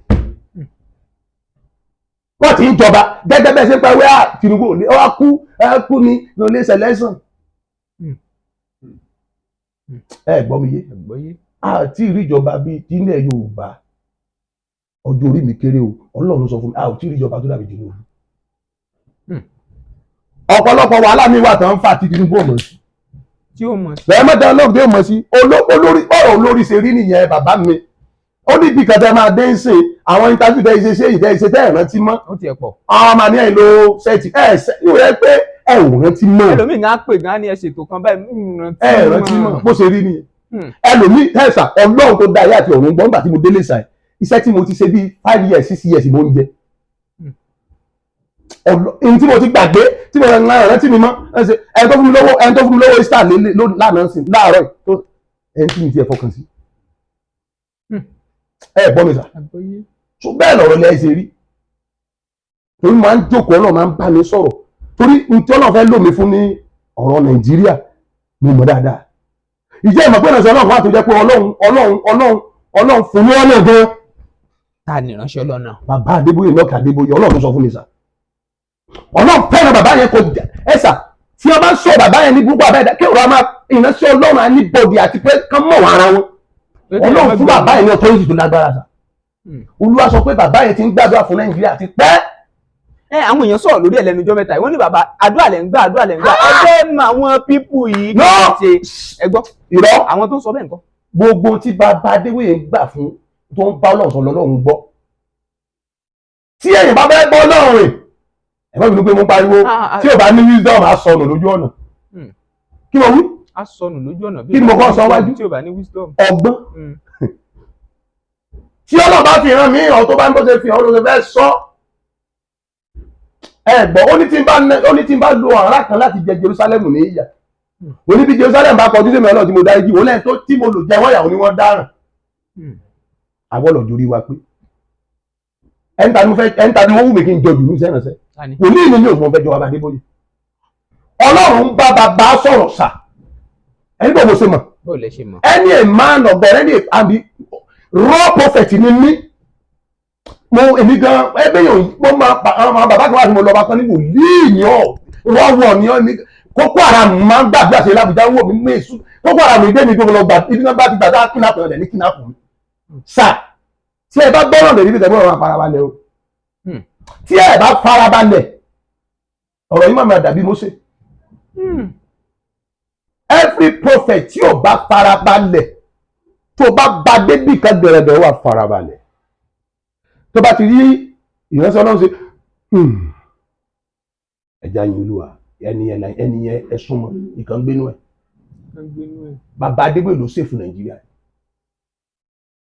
ẹ gbọ́. pé ẹni tí wọ́n ń bú yìí. nínú ìjọba ẹ̀mí nínú kí Ọlọ́run mọ ènìyàn bí fẹ́ sọ̀rọ̀ yìí kó bá dá nǹkan rú ẹjẹ́ ìfìyẹn lẹ̀ sọ bàbá Kúmúrì àti Adébóyè ṣe àgbàlagbà ni wọn àbí máàpù Nàìjíríà wọ Adébóyè ló wà ó ti hand over fún yúùtù kan láì wọn ò tí ì mọ̀ tó tún máa continue lẹ́gbọ̀n bá lọ tán gbẹ́jà fìyẹn lẹ̀ kò tí ì yá ń sìn tó náà ti sọgbẹ́sàn lọ́rùn ti hand over máàpù wọ́n ti ó bẹ̀rẹ̀ ṣẹ́ 3,600 ló graduate Nàìjíríà tó ní 3,600 ló graduate l'Áfíríkà ìtàn tó máa bẹ̀rẹ̀ iṣẹ́. mélòó nu wọn lẹ́mọ̀. Olúwa sọ pé màmá pàdé wọn ni. ok lẹ́yọ̀ kọ̀ọ̀kan. bẹ́ẹ̀ni kò wọ́n kì í ṣe ìránṣẹ́ Ọlọ́run nìkan kì í ṣe ìránṣẹ́ tó dá ewé ẹ̀yìn bá ìwà ń bẹ̀. iṣẹ́ Ọlọ́run lẹ́yìn ṣe. Olúwo ṣé o mo graduate Olúwo ṣe. Gbọ́ mi yé ọ̀rọ̀ mo dé ń sọ yìí bí àwọn àdàdàn ti pé. kì í ṣeré. 4,600 láwọn máa fi fídíò ẹ̀rìn 1,000 sá lọ. 1,000 sá lọ. nígbà tá a ṣe graduation lọ́rùn sà ọjọ́ méje ni Olúwa fi sọ pé ká máa ṣe lórí òkè tán ní íńtánẹ́ẹ̀tì tí òun sí gbogbo àwọn ìgbàgbà òun ló wá sí bó sọ yìí. bó ṣe yan gbá kínní bó ṣe yan gbá kejì bó ṣe yan gbá kẹta tó tún máa lead gbogbo ẹ̀ náà fi hàn mí. kì í sáwọn ìjọba ló ń da Nàìjíríà new Nàìjíríà ń bọ̀. pé káwọn èèyàn lọ fọkàn. new ẹ̀sà ẹ̀ tún gbọ́ ìtìtún ẹ̀ ń bá mọ̀ bọ́ òun wà nílùú òyìnbó báyìí kán ti máa ra lẹ̀ lé o kò ní í sílẹ̀ mọ́ tó bá yá ògbó kan máa wọ́n o àwọn dàbí àbúròdù o wọ́n máa ra lẹ̀ tó ń jẹ́ kí gbogbo investment wọn wà ní kó tètè máa wà ní every state wọn ilẹ̀ Yorùbá ló máa gbádùn jù 2031 sọ pé ìsọjí máa bẹ̀ ní síbárí CAC àti Nàìjíríà ó ń lọ mọ́ra wọn ni ìsọjí máa bẹ̀ ní 2027 wọn fọdún mẹ́ta sí ìsọjí ọdún mẹ́ta la fi máa ṣe ìsọjí ni máa gbóná ìsọjí ìgbàanì ni o tí ìsọjí ẹgbà ọ̀rẹ́ mi kò ní wá náírà ní gbà o tí ìsọjí bá ti bẹ̀rẹ̀ tẹ́ fi máa mọ̀rẹ́ gbogbo èèyàn wọn ò ní gbogbo ọ̀rẹ́ kò sówó ọ̀rẹ́ Jésù fayé ẹ̀ fún Jésù ni. báwo náà ṣe wàá máa rówó sponsor. Ọlọ́run ti pèsè owó ìsílẹ̀ tó máa fún ọ tó máa sponsor òun ló sọ fún mi ẹ ní ìdí àti ìdààmú ara yín áńgẹ́lì asọ̀rọ̀ ẹ̀dí ènìyàn tí ó sọ fún àkáǹtì mi ọba lọ. ibi tọ́nà ń lọ ẹ jọ mo fẹ́ sáré padà sínú ọ̀rọ̀ yìí kan wípé ẹni tó bá lu òyìnbó bá àfi kó wá máa ra ẹ̀ lé o ẹjẹ ìyá máa fàsìkò yìí sọ fún àwọn èèyàn pé ọ̀dà ẹ má gbàgbé ọ̀dà ẹ jẹ́ ká sì máa tẹ̀síwájú. ẹ béèrè ìdí ìwé ìbò tí máa dàrú abroad tí máa gbóná láti 2027 27 28 27 28 29 30 ìlú ìbò ní ọgbọ̀n àjàkálẹ̀ ọ̀kan bọ̀ àlọ́ ìbò tí ó lè gbọ́ wálé. Nàìjíríà tí máa níná 24 hours olúwa ló sọ fún mi Tinubu pílánì kankan ẹjọ́ gbàdé ń bẹ̀ jáde. ó wà núwèé ń bẹ̀ yẹn mi mọ̀ níta. orí tẹlifíṣàn wẹ̀lẹ̀ tí ń sọ yìí. kankan mẹ́sà ní Nàìjíríà ló ń bọ̀ sọmọdé tó gẹ́ tẹlifíṣàn Nàìjíríà ṣe fi sọ fún mi TB Joshua. TB Joshua. ìwòlíì ni Mósè Orímọládé àgbà ọ̀run ni Ìkàrẹ́ mo máa ń lọ Ìkàrẹ́ ẹ̀sà ọ̀rọ̀ ní Nàìjíríà ló ń bọ̀ tí wọ́n bá fẹ́ pín Nàìjíríà ní kí wọ́n máa ṣe wọ́n á dá padà sí tìgbà nìkan tí bí wa gan kí ló yìnbó tó máa ń pè kí nìyẹn bí ayé àtijọ́ religion tó ń ká fún ara fi tó ní nílùú ẹ̀ ṣe òkòwò lú ẹ̀. ok ó ti ń yá àwọn èèyàn wa. so bẹ́ẹ̀ lọ Nàìjíríà lè pín sí mẹ́rin kò lè pín sí mẹ́fà wọ́n pín wọ́n kálukú àmà fún tó ní tó bá fẹ́ ṣe bẹ́ẹ̀ olúwa tó bá padà fẹ́ ṣe tó padà ọlọ́ọ̀gẹ́ ní ọ̀sẹ̀wé sẹ́ni ọlọ́ọ̀gẹ́ tẹ̀ rí sá ó ní bí èlé ò bá wọ́ọ̀kì ilé àwọ̀kọ̀ náà ní lọ́wọ́ ohun tó fà Tinubu fi wọlé nìyẹn. sẹ́ni tọ́lọ̀ ọbẹ̀ lóyè fún kankan ó ti ní extra $400 sílẹ̀ tó fi máa rọ́pò ẹnìkan ṣoṣo tó lẹ́nu ṣe máa ń wọ́ọ̀nù mi ti máa lọ sọ ọmọ òfin tí mo fún ọmọ kọjá ìyá ara ẹ o máa gbé bẹ́ẹ̀ lónìí o ṣùgbọ́n tí mo fún ẹ tó bá ti fọ́lọ̀ òfin láti tó bẹ́ẹ̀ ti bá mi sọ ẹ gbàgbé Ọlọ́run kì í dáde ènìyàn sá Tinubu yìí ní ìgbà kan lọ́wọ́ ó ti pẹ́ mo ti sọ̀rọ̀ àti rí mídíà àti máa sọ ó pẹ́ mo ti sọ pé Tinubu ló máa wọlé o àwọn bẹ́ẹ̀ ni kò ní wọlé wọ́n rí lọ. ẹ ti rí Tinubu rí. ṣé first car mi ò rí ṣùgbọ́n máa ń rí lójú oorun nígbà tó lẹ́sẹ̀ lẹ́sẹ̀ mi ó láwọn kankan ó ní kankan tọ́lọ̀ Ọlọ́run kan fi pòwe fún kí n fi mọ̀ ní àjò tí mo fẹ́ rìn inú ayé Nàìjíríà yìí Ọlọ́run bá ń gbọ́ ẹ̀bẹ̀gbọ́n mi ẹ máa rántí ọjọ́ òní 1,000 naira anífàlùjọ $100 lọ. 1,000 naira. mo lọ máa nífàlùjọ $100 lọ òyìnbó tí máa sunkún Europe máa sunkún àwọn asákọ̀ tí máa sunkún Olúwa sọ fún mi pé wọ́n ń sìn tó bá ló ń sìn wọ́n ti ń pẹ́rù bọ́ Nàìjíríà. ẹ gbọ́ mi sà. àkọọ́lẹ̀ ni gbogbo ó wà lórí. Ọlọ́run bọ́jẹ̀tì Nàìjíríà wọ Ọlọ́run gangan ló wà. Ọlọ́run fi Nàìjíríà dáyọ̀ ṣeré lótìtọ́ àti ní òdodo ló yẹ kó gúnṣẹ́ ìtọ́ àti Nàìjíríà. ìgbò tá a ti tẹ́yìn lótìtọ́ àti òdodo ló yẹ kó gúnṣẹ́ ilẹ̀ ṣùgbọ́n Ọlọ́run dẹ́ fi òpè pa òpè. ẹni kí lọ́lọ́sọ̀ fún jọ́ tí ó dúró wọlé ó ní I go make darkness to fake darkness to form night. wọ́n fi òkùnkùn gbé òkùnkùn wọ́n á fa gbé mọ́lẹ̀ jáde yàtọ̀ ló máa tú. torí ẹ̀ náà sọ pé ló fi lo Buhari kó káńsù owó tí Buhari ò bá káńsù owó a máa jagun lẹ́lẹ́sàn yẹn torí a máa rówó sí Ọlọ́run ló wọnú wọn tó fi jẹ́ ṣiṣẹ́ yẹn. nígbà tí ò sówó tí ò sí ní ọgbọ́n káàkiri dúró tí ẹ̀ jẹ́ ló fà ní. tẹ́ bá ti rí Tinubu ti ń fà pẹ̀lẹ́ àwọn ọmọ ni. dọ́là gan tiẹ̀ ti ń já wálẹ̀ padà báyìí. àní ẹ̀ sí júù ní gbogbo ẹ̀ bá fọ́. dọ́là ti ń já wálẹ̀ díẹ̀díẹ̀ báyìí padà. ẹ gbọ́ ẹnìkan wà síbi ẹ̀ mo sọ pé nínú àwọn èèyàn tí ó tó Nàìjíríà ó wà lára wọn. wọ́n bá kì í mọ́lẹ̀ l'Ábùjá ó gbé padà sí ìsàlẹ̀ olólù asọ́pàgẹ́ ń bẹ l'Ábùjá padà ó ti padà s'Ábùjá báyìí. bẹ́ẹ̀ mọ gbogbo ẹ̀. ó padà s'Ábùjá báyìí. òun ló fún mi láwọn owó yìí. olùwó yà á lò èmi náà o. ẹ máa gbọ́ ẹni yẹn sìn ó wà náà tó padà máa di gọ́fúnà CBN. àsọtẹ́lẹ̀ tún ni. mo ló máa débẹ̀ àwọn ilé ló máa finance tàbí ṣèṣọ́jí káàkiri ó wà ń bẹ̀ Ọlọ́run sọ fún mi ó ní ohun ti bí ní sọ̀rọ̀ tán ó lọ lọ́nà bàbá bá ní Olúwa tán ti sọ fún adẹ̀yíra rí Ọlọ́run kan lọ́lọ́run. bàbá tẹ́ ẹ bá bọ́ ṣé bá yíwọ́ kan tó ń jápa tán náà búrọ́dù ìní máa blé mara ẹ̀. ẹ lọ́dún wo gan. ọdún wo. by now tó tún àtàtì wá gbogbo ẹ̀ máa ṣẹlẹ̀. ìwé máa ṣe. ìyẹn 2031. ẹ kò pẹ́ ìṣòro tá a ní nìyẹn Nàìjíríà o. 2024 25 26 27 28 29 30 ọdún mẹ́fà sásìkò yìí kì í pẹ́. so kí lè ra mi.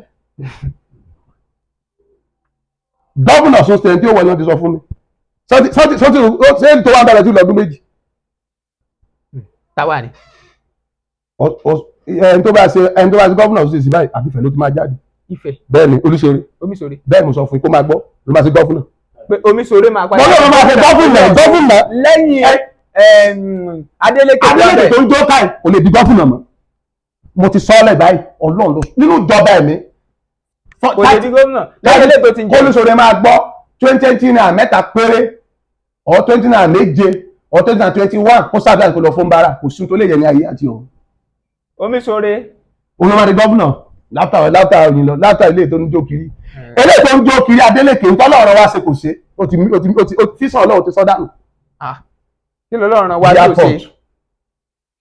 nǹkan Àbújá mo wà lábẹ́ nínú iṣẹ́ jẹ́jẹ́ máa ń dó tó máa ń gbé àwọn àkọ́kọ́ wá fún mi ní. airport iná ó tọ́sùn ṣe ti ṣe kò sí kankan láì ìjọ ló ń jó kiri. ṣé ẹ mọ̀ ògbó bóyá ó mú ẹyẹ bọ̀ lápò ni. bàbá kò lè ṣe gọ́fúnà mọ́ kí n ta Olúṣọ̀rẹ́ kọ́ ló máa ń la pátì báyìí tó nínú funfun lórí díẹ̀ báyìí tó jọmọ Ifẹ̀ òun ló máa di gọ́fúnà tó ń bọ̀ ní 27. ní iye ọlá Omiṣore. bẹ́ẹ̀ mo sọ fún yín kó bá ẹni bá gbórí ẹlẹ́ tó bá pa ọ̀pá gbé bọ́jẹ̀ èèyàn pọ̀dá àṣetò ara kan máa pa àyàn tọ́lọ́ máa pàmò forí jì wọ́n dáàsà mọ́ gbórí ẹlẹ́ o Ọlọ́run lẹ bá ń dájẹ́ ẹnìkan máa dájẹ́ lọ oníwọ̀ bá ti jẹ́ wẹ́sẹ̀ ó sì darí jì ọ́ Omiṣore ni gọ́fúnà kan nípínlẹ̀ Ọ̀ṣun. bẹ́ẹ̀ ni kí gbogbo Ọ̀ṣun kan mọ́ dìbò tọ́ba láti àná sì yóò wọlé ìròdì kan tó yàtọ̀ rẹ ẹ̀rí bàbá ẹ̀rí ẹ̀ máa wò ó.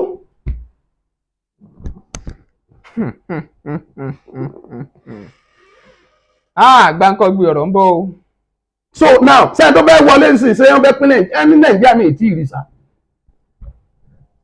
ì tí ì rí torọ́ lọ́n fẹ́ Tinubu ìsà àhóra ló gbà sà ẹ gbọ́ mi yé wọ́n náà sọmọ Ìgbò tó lọ lórí mídíà máa ń wù wọ́n sẹ́mi àrí MC 3-4 years ago tí mo ti rí MC àti Koko Zaria pé Koko Zaria fẹ́ pẹ́ lọ́wọ́ bó ṣe mẹ́sàn Koko Zaria fẹ́ pẹ́ MC kí MC sọ̀rọ̀ ẹ̀ ìyẹn MC Oluomo bẹ́ẹ̀ mo sọ fún yín mo ti sọ fún ọmọ mi kan rí pé Koko Zaria ń lépa sọ̀rọ̀ rẹ̀ Koko Zaria ń lépa rẹ̀ lace white ló fi hàn mí jọ́ tó fi hàn mí sá. lace white. bẹ́ẹ̀ni MC dẹ́sì rí yẹn ọmọ àánú ni tó bá kúlò lóde ìjọba àwọn tọ́lọ̀ sọ fún mi ni. lẹ́mc Olúọmọ Ọlọ́run ló sọ pé mi ìdí nìkan máa bọ́ ó ti pẹ́ ṣé máa rí ìrìn Ọlọ́run ti pẹ́ tó ti máa fi kíní ìran mi ni kò yé mi ni. MC ọmọ àánú ni. ọmọ àánú ni. Olúwa Sunday Igboho ọmọ àánú ni. òkun ni mo rí ní ọmọ bẹ́ẹ̀ Sunday Igboho tó ń bòkun sọ̀rọ̀. Olúwa ń kílé ní Olúwa ń fẹ́ kó dàbí Sunday Igboho ó lápọ̀ ní ènìyàn ni. Ààrẹ Ọ̀nà Kakanfò ńkọ́. ẹ̀sà ẹ̀já sẹ́márì ọ̀rọ̀ Ààrẹ Kakanfò ẹ̀já gbé ẹ̀sẹ̀gbẹ́. bí mo wí Ààrẹ Kakanfò tá nílẹ̀ Yorùbá kò ju Sunday Igboho lọ ẹgbẹ́ ti dà ní àjà ẹgbẹ́ sẹ́gbẹ́ o ní dásí tí ó kàn mí o Ààrẹ Kakanfò àgbélẹ̀ ń jẹ ẹgbẹ́ ti sáré dà ní àjà ẹgbẹ́ sẹ́gbẹ́ ẹ fẹ́ jẹ Ààrẹ Kakanfò Ọlọ́run dẹ̀rẹ̀ Sunday Igboho kó jẹ́ ṣùgbọ́n Sunday Igboho Ààrẹ Kakanfò òun la kọ́ ní ènìyàn òun lẹ́ni tí kì í dà ní ènìyàn òun lẹ́ni tí ó sọ̀rọ̀ fún ìlọ́bìnrin tó ń lọ ṣùgbọ́n sọ Ààrẹ Kakanfò ẹgbàgbé yẹn bàbá mi Adébáyọ̀ ti lé Ààrẹ Kakanfò ó ti lé ní bábí ìṣìrí tó ní wọ̀n ní tán pàbípàbí tó bí ò pa wọ́n pàbípàbí wọ́n wá bẹ Adébáyọ̀ ní sà ẹ̀sà tó ẹ pé CAC tó ẹ pé àwọn bàbá àbánolú ẹ̀kan sọ ọkọ̀ wọ́n finish Nigeria 3 hours alágbára pọ̀ CAC sà àwa tá a jẹ́ ọmọ fún wọn láàmọ̀ pé àwọn agbára wà nù CAC ní Christ Apostolic Church àwọn bàbá àbátẹ́tù ẹ̀ wọ́n wá sáwá CAC sẹ́síkà ni ó jẹsẹ̀ mẹ́lẹ̀ mẹ́ta tí ó pè dé tèdè òní iṣẹ́ Adébáyọ̀ ni ó sọ pé báyìí báyìí ṣùgbọ́n wọn ò gbà fúnra wọn gbọ́dọ̀ sì máa rí inú báíbù náà nìyẹn ṣùgbọ́n gbogbo wọn la máa gbogbo wọn níjọba gbogbo wọn náà níjọba olùdásọ̀ àgbẹ̀ fún pé sọmọ ọ̀pọ̀lọpọ̀ wọn ń bọ̀ ìjọba òun fi hàn lẹ́wọ̀n àánú ìkẹyìn máa ń fọ̀hún lórí àwọn akọni ẹ̀já mójú kò bí yẹn ìwọ kan mọ́ gborí ẹ̀ lẹ́wọ̀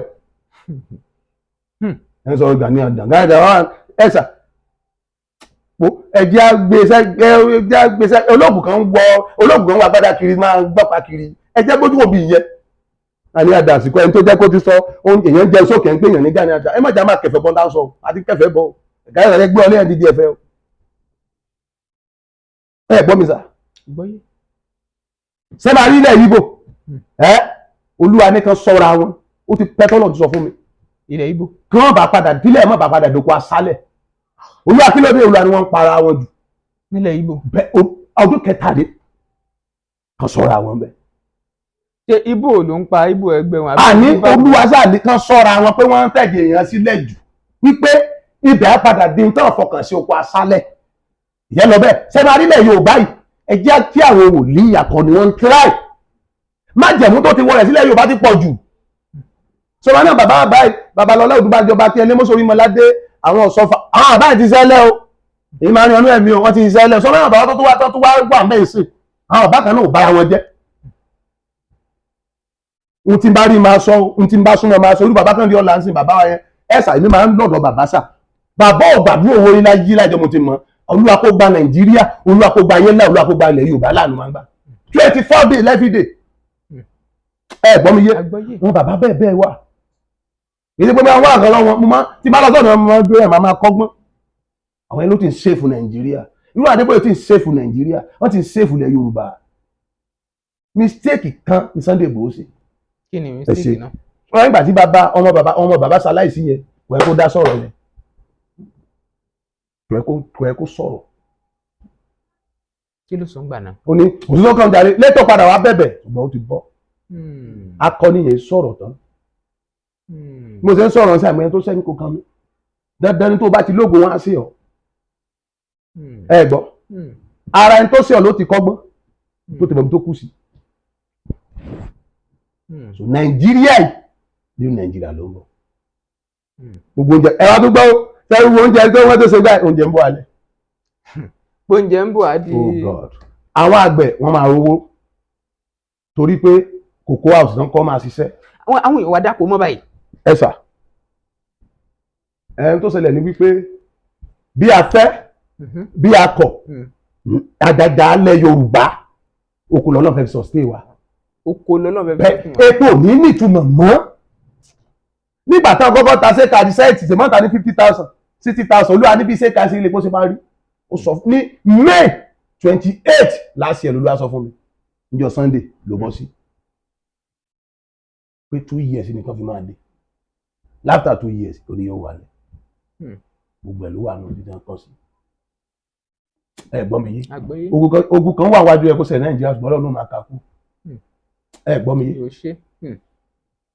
sẹ́ni àrí Nàìjíríà àwọn tó ń bẹ náà ní abẹ́nú ti pọ̀ jù àwọn tó náà fi ìran Nàìjíríà hàn tí wọ́n rí èèyàn tó ń sọ púpọ̀ ogun kan yẹ kó ṣẹlẹ̀ báyìí níwájú Olúwa ló máa kà kú Tinubu yẹ kán pa bí 2 months ago Ọlọ́run lórí ìdààmú lórí ẹ̀ tọrọ Ọlọ́run ló fi ibẹ̀ Tinubu ẹjẹ́ ń sọ̀rọ̀ gbogbo ayé gbọ́ Tinubu wà láì wá kó Nàìjíríà jẹ́ iṣẹ́ ló wá ṣe ṣùgbọ́n òfin tó lè gbàgbọ́ ṣé máa rẹ̀ tó bá dá tó fẹ́ ṣe nǹkan ayé kì í mọ̀ ìgbà náà ìgbà tó bá kú òmẹ́là tó máa mọ̀ tí ọ̀rọ̀ Tinubu ṣe lọ nìyẹn ṣe àpọ̀ ń sọ̀rọ̀ K1 lẹ́nujọ́ mẹ́ta yìí K1 Wàsíù Àyìndé ìjẹ́ mọ̀ wípé K1 ò lẹ́bi ó tún lẹ́bi kí mo sọ pé kò lẹ́bi ó tún wá lẹ́bi bí báwo ẹ ṣe káwò kí lórúkọ àyàn kí ní pé Àyànkúnlé ò lẹ́bi náà tún lẹ́bi ntọ́lọ́ bá fi ẹ̀mí lé mi ó sọ o ntọ́lọ́ fi ẹ̀mí mo fẹ́ sọ̀rọ̀ lé lórí o gbogbo ọmọ Nàìjíríà tó ń gbọ́ mi mo kéré ṣùgbọ́n ẹ̀mí máa ń ló jẹ́ bí bàbá bí 15 years ago lọ́nà ti fi K1 hàn mí K1 gángan ní èṣù tó dá gbogbo òjíṣẹ́ mi pé K1 yìí náà ògo tó K1 ń lò yẹn òun gbọ́ mi báyìí wọ́n gba ògo yẹn lọ́wọ́ àwọn èèyàn fún ni wọ́n gbà á jọpọ̀ báyìí wọ́n gbélé lọ 15 years ago ẹni bò mo ṣe lálàyé mo rí omi ńlá wọ́n wá kọ́ ilé ńlá gíláàsì sẹ́gbẹ̀ẹ́ ẹ̀yìn omi yẹn wọ́n wá káwọn àga góòdì náà lọ́n sìn wọ́n wá kó sínú ilé yẹn mo wá lọ ọbẹ̀ mo ṣe kí akakan mọ́lá bẹ́ẹ̀ ké wà kan gbé ìbọn ni ó ń dàn bá gbogbo bẹ́ẹ̀ ni olúwa kí lélẹ̀ mo wá ṣíìpù kan ló wá escape mi tí mo fi escape mo wá jí olú ẹsẹ̀ wa ó ní tí mo rí ìgbà náà ṣe ń ṣẹlẹ̀ yìí àwọn àga tí mo bá nulẹ̀ àwọn àga ẹnì kọ̀ọ̀kan ni olórin ṣùgbọ́n olúwa sọ pé ẹ̀sìn ò tí ì dé lọ́dọ̀ kí wọ́n. pẹ̀lú gbogbo. sinra lélẹ̀ ẹ jẹ́ sáré sàn kankan fún yín ọ̀rọ̀ yìí mo fẹ́ sọ Tinubu ti mọ̀ fúnra Tinubu ò dára dé anybody o Tinubu ọlọ́run fún ní kò dára dé ènìyàn ohun tí Tinubu ní ni pé if you do good to him go pay you good back ló fi jẹ́ pé gbogbo ẹ̀ lórí bá ṣe nìyẹn o Tinubu ò dédé appreciate Wasiu Ayinde o tí ẹ bá lọ wo olóòtú ní Ìbàdàn Kọ́lá olóòtú ọmọ àdábáníjà ẹni ìjà òde bá ní pèrè lọ́kùnrin. ó ní nígbà tí Tinubu sápò Nàìjíríà láyé Àbáṣà K1 ló fi owó orí rẹ̀ fún labroad tó fi play fún lọ́fẹ̀ẹ́ tó fi appreciate ẹ̀dùn nínú yẹn.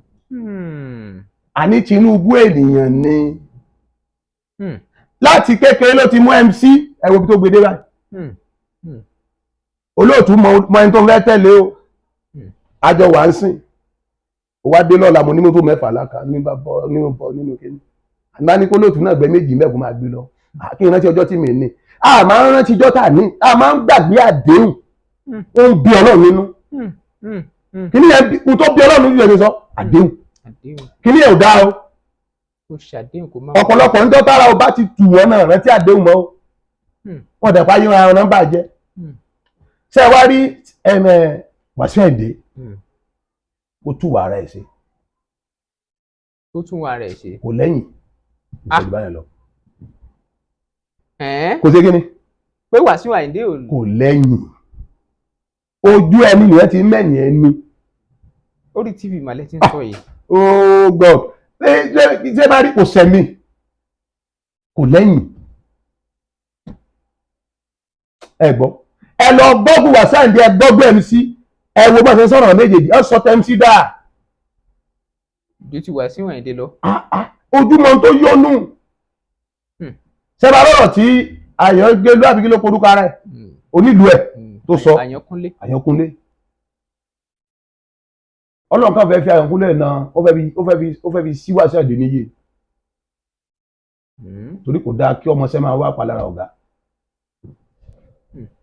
ẹ gbọ́ mi àgbọ́yé bó ṣe kó ń bẹ́yẹn ọ̀rọ̀ ayé ẹ̀ lẹ́yìn kó mú gbọ́. pé kì í ṣe pé kó wá sórí íńtánẹ́ẹ̀tì. wọ́n sanwó fún wọn ṣe kinní kan Wasiu Ayinde ò dá gbogbo yẹn lórí tèmi èèyàn rí fọ́ṣẹ́ náà bó ṣe ń ṣe gbogbo ẹ̀ ṣé n tó ṣe dáa ni kò dáa ṣùgbọ́n kò kàn wọ́n mọ́ gbajúmọ̀ tiẹ̀ ọ̀rọ̀ wà tí mi fẹ́ tú nípa ọ̀rọ̀ Wasiu Ayinde torí mo ti ọ̀rọ̀ wà tí mi ti fẹ́ tú tí ó bá ṣe báyẹn bá lọ tí ò ti ti gbá ẹ̀jẹ̀ ara ẹ̀ ikú tó máa kú ò dá ìsọjú báyẹn lọ kò dá àwọn kan wà tó ti jẹjú ẹ̀ tó máa jẹjú ẹ̀ padà. ní Wasiu Ayinde. bẹ́ẹ̀ni kò sọ̀ra ẹ̀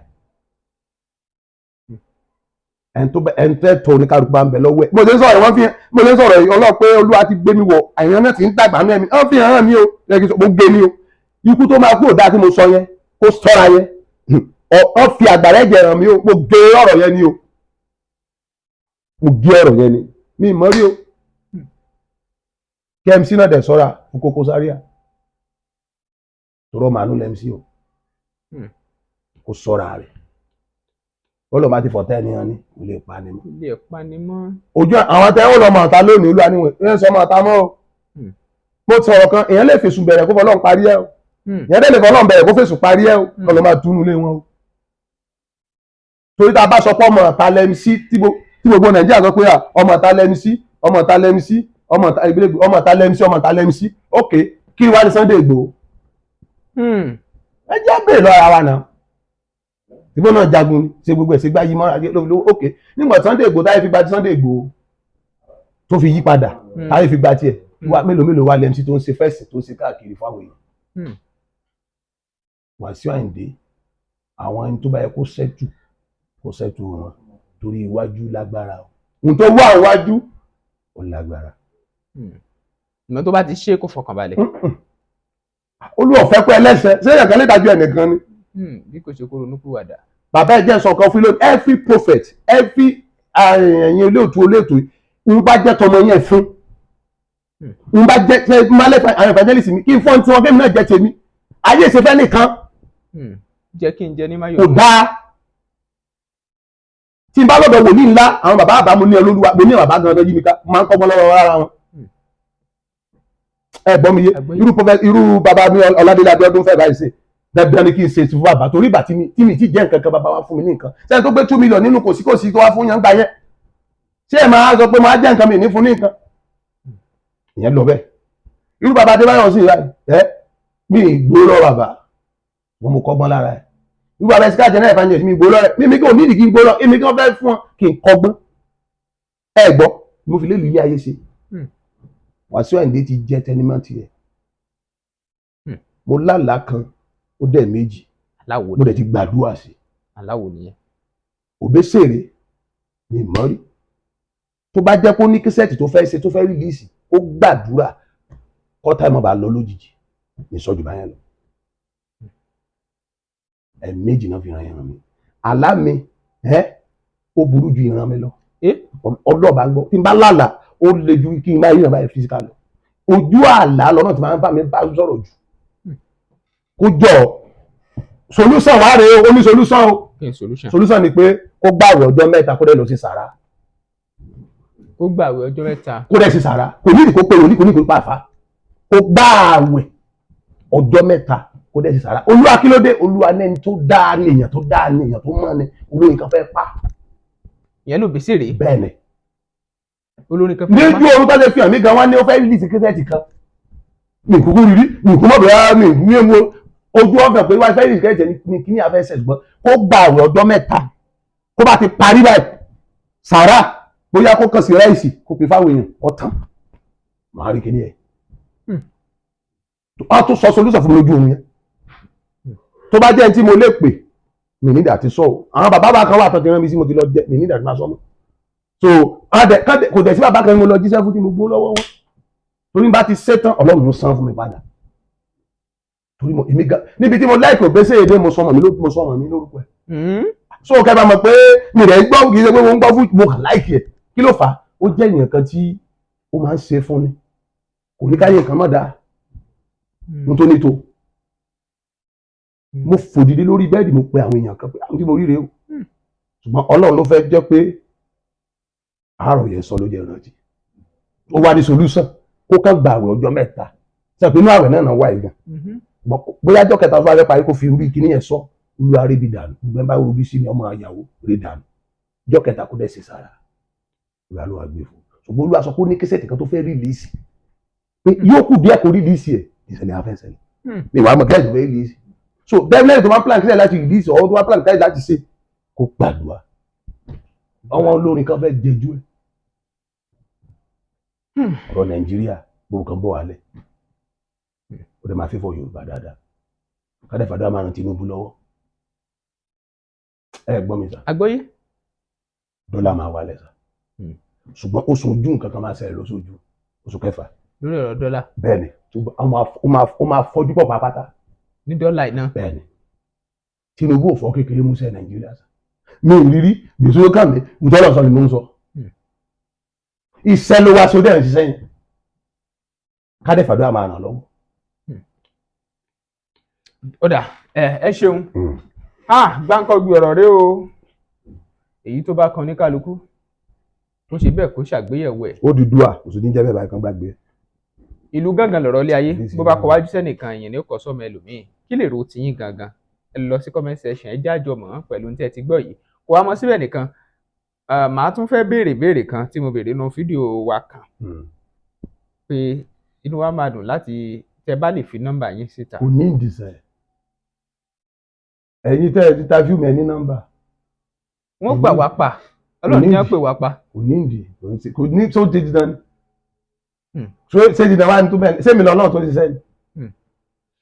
ọ̀dà ẹ sà kí ṣe mi sà sẹ́bà rí wájú ọ̀rọ̀ lọ́wọ́ à ń sẹ́yìn ìmẹ̀. mo rí sáńbọ̀d olúwa ní kí n lọ yọ láti ìgbà náà ní sáńbọ̀d the Christ Apostolic Church ọwọ́ ọ̀tún ẹlẹ́bàá tó ṣe àgbà kò sẹ́ni tó gbọ́dọ̀ jẹ́ gbogbo Nàìjíríà mo ní certificate sínú mo register ní CAC ní ìmọ̀wé kọ́nú ọjà náà ti pè fún mi màá gbé jáde ọdún kẹjọ yìí mo ti rẹ́dísítà màá gbé jáde ní CAC mo lọ rẹ́dísítà wọ́n mú dé CAC kò sẹ́ni tí ń jórúkọ ní gbogbo àgbáyé the right of God don't order kò sẹ́ni tí ń jórúkọ yẹn.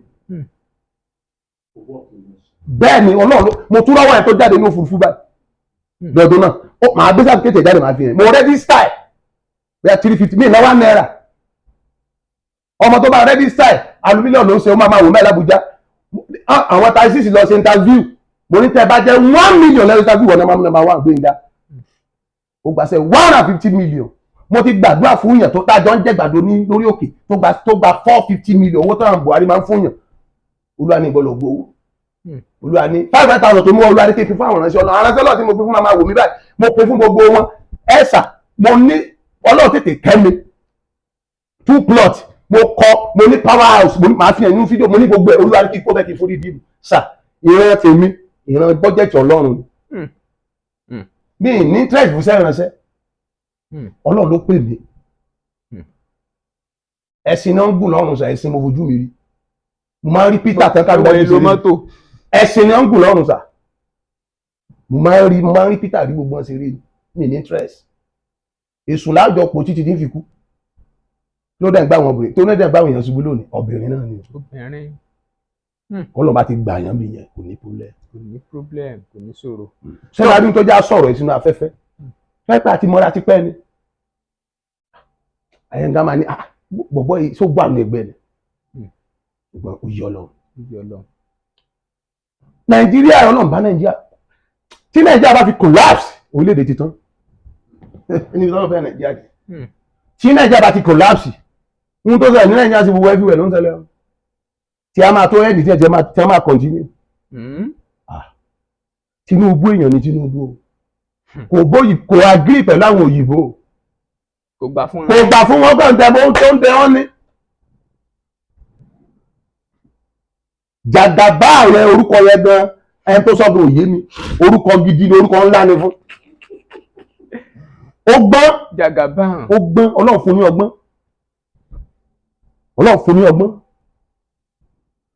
ọgbọ́n pọ̀ wọn ló fi igbákejì jẹ́ Muslim tí ò bá ṣe bẹ́ẹ̀ ọmọ tó ń ṣe ọmọ náà la rán síná ló ṣe ọgbọ́n ló ṣe ọgbọ́n ni bàbá ẹja máa béèrè fọgbọ́n Ọlọ́run gbogbo gbà tí ẹ bá ní físàn ńlá ẹ mọ̀ pé físàn Tinubu wá dé lónìí ó ti ń ṣe tipẹ́ tí ń bàbọ̀ tipẹ́ plan tipẹ́ ni kò sún tọ́jà lẹ́fẹ́ gbà ẹ̀wò tá lẹ́gbẹ́ báyìí ní ìṣà ẹ̀wò tó bára ẹ̀ dé èèyàn fà nábì tó ná tó bá gbogbo ọ̀dàlẹ̀ èèyàn ẹgbẹ́ ọ̀rẹ́ yẹn èèyàn gbogbo ẹni tọ́lọ̀ bá ránṣẹ́ tó gbé ọ̀dìdé ẹ má gbàgbé ẹ máa ń sọ fún yẹn o ẹni tọ́lọ̀ máa ti ránṣẹ́ mi ní ìrọ́lọ́run sójú ọ̀nà ọ̀rọ̀ mi sálẹ̀ òótọ́ ṣùgbọ́n ẹnìkan ní òràn gbogbo àlébù tó bá mẹ́lá rẹ̀ máa fi lẹ̀ kò sí ọgbọ́n ó yẹ ká rẹ́gbẹ́ ẹ̀wò tá rẹ́gbẹ́ fi sọ fún Tinubu ló bá rẹ̀ lónìí báyìí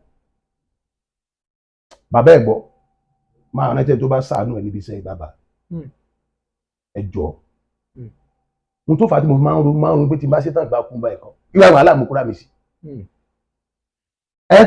mo bá bá àjọ bẹ̀rẹ̀ táwọn náà jọ pè wá táyé wọn ti tán o bàbá tí wọn lè bọ́ọ̀sì nǹkan kan mọ́ o láì 2014 mo ti fowó mi ra nǹkan mọ́ láyé 2014 gbogbo tẹ́ ilé lọ́rùn mi aṣọ ni o sẹ́ẹ̀tì ni o ní àná ní bíi 2 months ago interpreter bàbá jẹ́rẹ́ evangelist ló fún mi sẹ́ẹ̀tì 250,000 260,000 mo lọ sọ́rọ̀ òkè ló lánàá kí n bùn yàn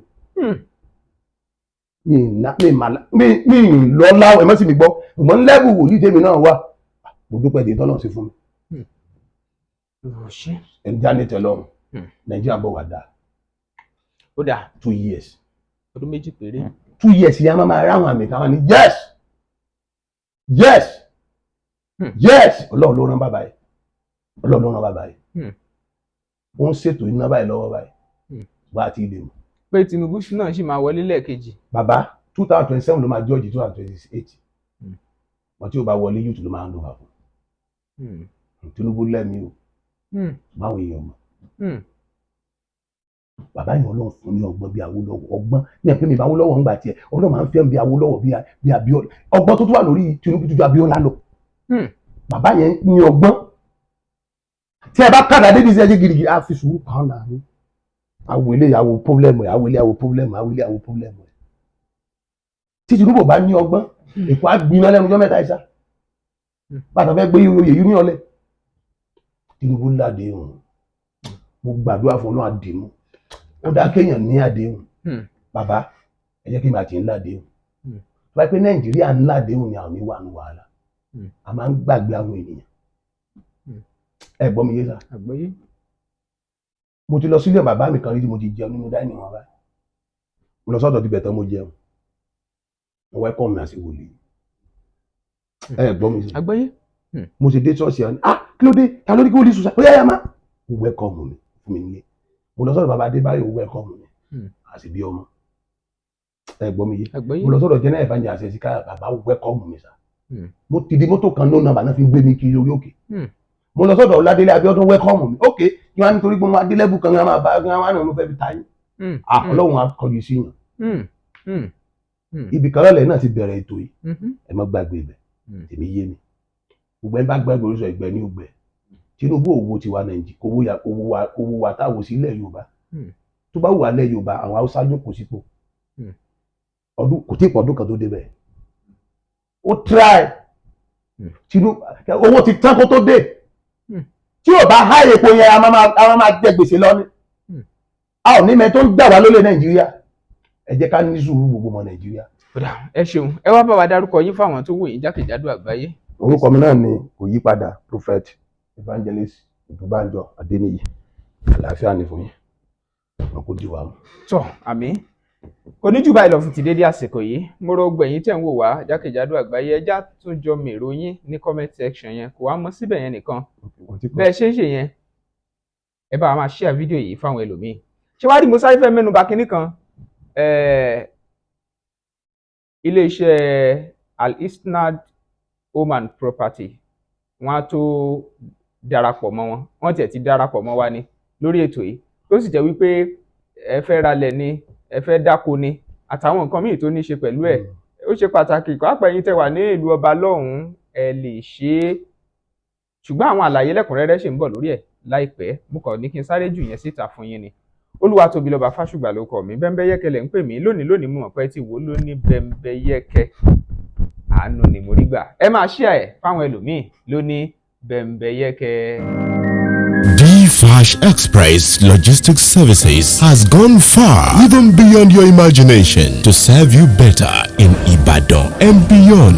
DFASH Express Logistics Services has proven integrity to make you get whatever you want, wherever you are, and whenever you wish. Our services include global and local courier services, e-commerce, express delivery, pickup and delivery, and a lot more. Your convenience and safety of your parcels and luggages are so paramount to us. For further inquiries, please call DFASH Express Logistics Services on 0906 727 0530 and 0805 467 5088. DFASH Express Logistics Services. Your convenience is our priority.